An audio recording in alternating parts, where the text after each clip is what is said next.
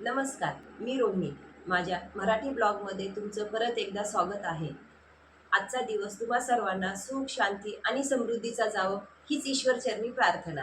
आज आहे गुरुपौर्णिमा. तर सर्वात अगोदर माझ्याकडून सर्वांना गुरुपौर्णिमेच्या हार्दिक शुभेच्छा.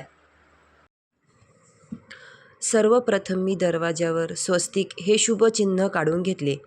दिवसाची शुभ आणि मंगल सुरुवात केली.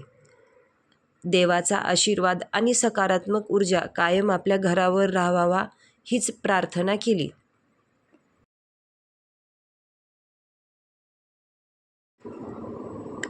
यानंतर घराच्या उंबरठ्याचं पूजन केलं. आपल्या परंपरेनुसार उंबरठा हा घराचा शुभत्व आणि समृद्धी, संरक्षण यांचे प्रतीक मानला जातो. या पूजनातून घरात सुख, शांती आणि भरभराट कायम राहू अशीच मनापासून प्रार्थना केली. यानंतर ताज्या फुलांनी थोडंसं डेकोरेशन केलं. फुलांचा सुगंध आणि त्यांचं सौंदर्य यामुळे घरात प्रसन्न आणि मंगलमय वातावरण निर्माण झालं. छोटंसं डेकोरेशन असलं तरी सणाचा आनंद अनेक पटींनी वाढतो. यानंतर मनोभावे देवपूजा केली आणि देवांना अभिषेक अर्पण केला. प्रार्थना, श्रद्धा आणि भक्तिभावाने गुरुपौर्णिमेचा हा पवित्र क्षण अधिक मंगलमय झाला.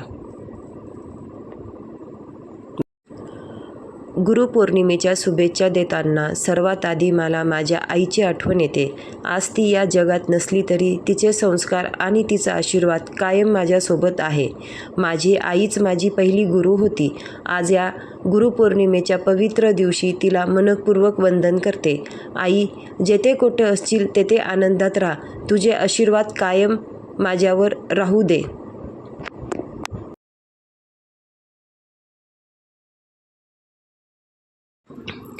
गुरुपौर्णिमेच्या दिवशी माझ्या वडिलांनी मला भेट देऊन आशीर्वाद दिला. त्यांचा आशीर्वाद आणि प्रेम हेच माझ्यासाठी सर्वात मोठे बळ आहे. आत्ता मी आणि माझा मुलगा हर्ष पैठण रोडवरील मानभू आश्रमात माझ्या गुरूंच्या दर्शनासाठी निघालो. आश्रमात पोहोचल्यानंतर सर्वप्रथम हात-पाय स्वच्छ धुवून घेतले. आश्रमातला हा सुंदर परिसर आणि मंदिरातील मनमोहक मूर्ती पाहून मनाला खूप प्रसन्न वाटलं. इथले वातावरण प्रत्येकाला सकारात्मक ऊर्जा आणि मनक शांती देणारं आहे.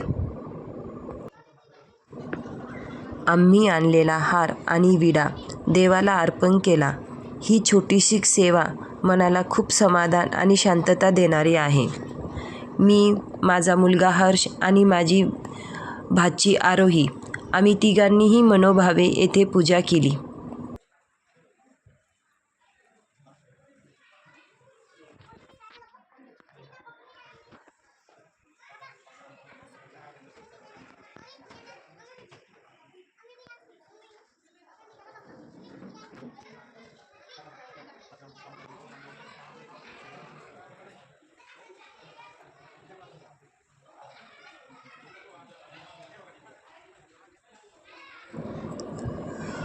भगवंताच्या चरणी 5 दंडवटे घालून नतमस्तक झाली. महानुभू परंपरेत दंडवताला खूप मोठे महत्त्व आहे. दंडवत घालणे म्हणजे अहंकार बाजूला ठेवून भगवंताच्या चरणी पूर्ण श्रद्धेने आणि नम्रतेने शरण जाणे.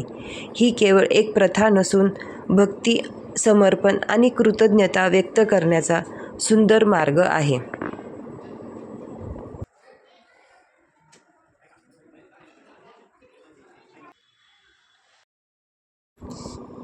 यानंतर आम्ही सर्वांनी माझ्या गुरुमाऊली म्हणजेच आत्याबाईंना प्रेमाने फुलाचा गुच्छ अर्पण केला आणि त्यांचे आशीर्वाद घेतले. गुरूंचा आशीर्वाद म्हणजेच आयुष्यातील सर्वात मोठी संपत्ती. त्यांच्या प्रेमळ आशीर्वादाने मन भरून आले आणि गुरुकृपेची अनुभूती मिळाली. गुरुमाऊली आत्याबाईंनी आमच्याशी प्रेमाने गप्पा मारल्या. त्यांच्या सहवासात घालवलेला प्रत्येक क्षण मनाला शांती, आनंद आणि सकारात्मक ऊर्जा देणारा होता.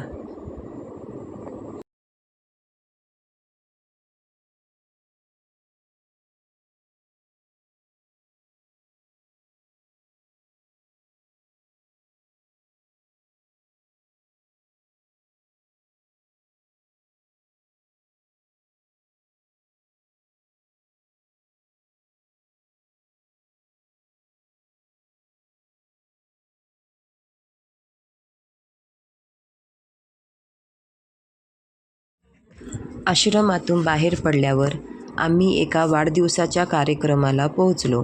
तेथे सर्वांसोबत आनंदाचे क्षण अनुभवले. चला तुमची सर्वांची ओळख करून देते.